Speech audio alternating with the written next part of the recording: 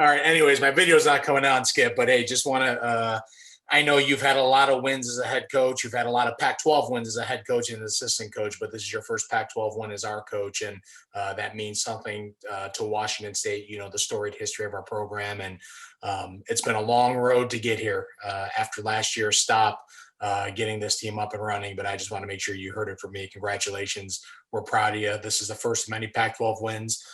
We thought Brandon was gonna make it really easy at a certain point, but this is a Pac-12 game. So hey, and I think it's fitting. It's happening at Oregon State. You have a lot of history at that place. I saw the tweet with you in the first house. I think some things are meant to be, but just want to congratulate you. First of many wins as our Pac-12, first of many conference wins, and this is the toughest conference in the world. So congratulations, Skip.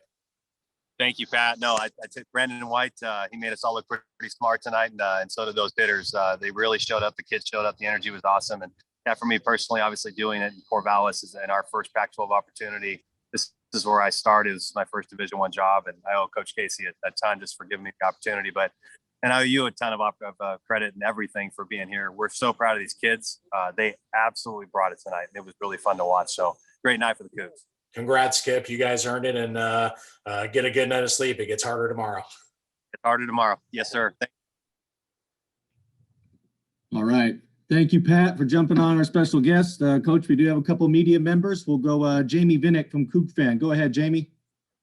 Hey, Coach. I'm obviously not as cool as Pat Shun, but I'll try and get some good questions here. Brandon really pitched well for you guys tonight. In kind of a funky week, we've got the Wednesday game and then the 3-game set. How much does having him go 7 really help you in the ability to manage your bullpen over the next two games?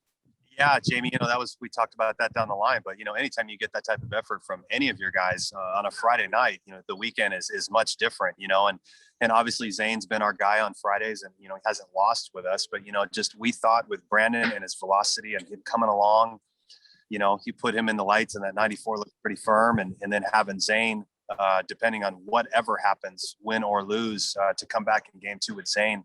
We were excited about that, but boy, did Brandon show up. He was unbelievable. The fastball was really crisp. He was locating it. Him and Meyer were in a great rhythm, and it was really fun to watch. It was very, very impressive. And then on the other side of things, there's not a lot of pitchers in the conference better than Abel at Oregon State. You guys chased him in 4 2/3. Talk about your approach today with the bats. This is one of the really big first tests you guys have had with Oregon State, and you come out against a really good starter and you knock him out in 4 2/3. Well, the guys were unbelievable. We maintained balance.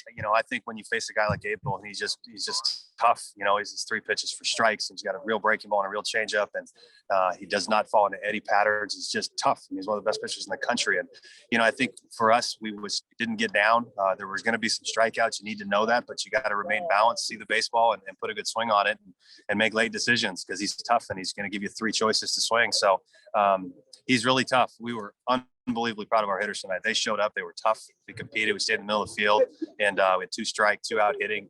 It was a great night for the Cougs. Yeah, talk about that 2 out hitting. I remember in the Seattle U series, it was, I think the first 11 runs you guys scored were with 2 outs, and then again, get the 2 out rally with Vandy, then going deep.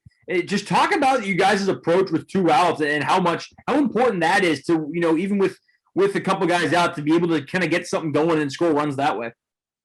I just think when the game starts, you hit play, and then when it's over, it's over. But for us, 2 out hitting is everything, and 2 out RBIs is where you're going to win baseball games. But, it's a matter of just being tough. And our approach is very simple, Jamie. It's just get to the next guy. Can we extend it for 1, 2 quick outs? Can we get that 4th hitter up? Because if we can, potentially you got a chance to put some pitch count stuff in there and maybe get to the bullpen. And so for us offensively, to get into their bullpen as early as we did, and they've got great pitching, tremendous big arms, and the guys battled tonight. It's great. Great. Thanks, Skip. Congrats on the win. Good luck tomorrow.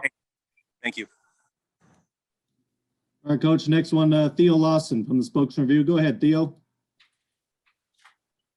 Hey, Brian, can you talk a little bit more about what it does to the confidence of your program to get that first Pac-12 win in your belt? Not only first Pac-12 win, but first ranked win against a team like Oregon State, and what it does for the confidence, not only the rest of the series, but the rest of the Pac-12 schedule. And you're going to be playing a bunch more ranked teams and really good teams.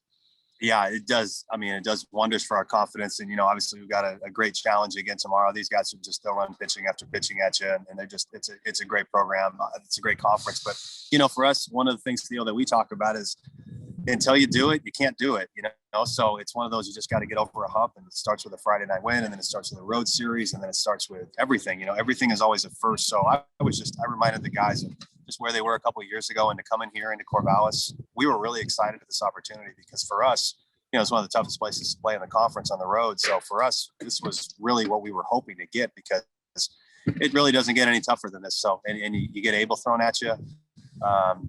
It was a tremendous challenge. So the guys showed up tonight. They played great. You know, we hit a lot of balls hard, really good defense. And again, Brandon and Jake had such a great rhythm, Coach Flags, and all phases showed up tonight. So it was a great night for Washington State. And I wanted to ask about the top of your batting order. When you're 2 through 5 batters combined for 10 hits, are you guys going to be pretty hard to beat when Manzo and Peterson and Montez and Vandenbrake have 10 hits combined? Yeah, those guys, they made us look smart tonight, but they're great hitters. You know, they are. And we've talked about Vandy. He's really a big piece of that, because, you know, Manzo in the 2, if Colden gets going at the top, but you got Manzo, who's one of the best hitters in the country right now. And then TP breaks up those 2 left-handers, and Montez and Manzardo are just going off. TP had a great night tonight. And if we can get these guys to heat up a little bit, Vandy had a great night. He's been hitting the ball hard really a lot lately. He just hasn't been getting paid. So that home run was huge.